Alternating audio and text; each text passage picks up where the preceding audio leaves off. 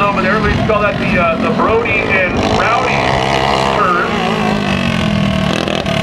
Because both of those guys are trying to get on it right there. That's their mark. They're not doing anything wrong per se. That's meant for no. And get it on. Burnout leads Whitefield, leading Wake.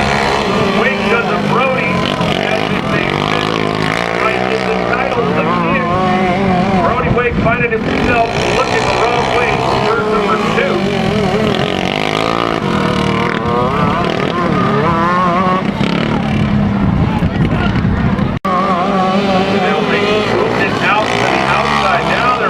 Starting to move the track.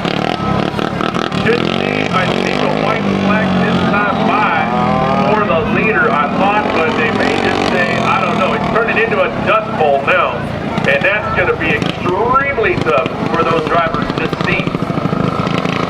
Just in the last 10 minutes, you folks understand it's getting dusty and dirty.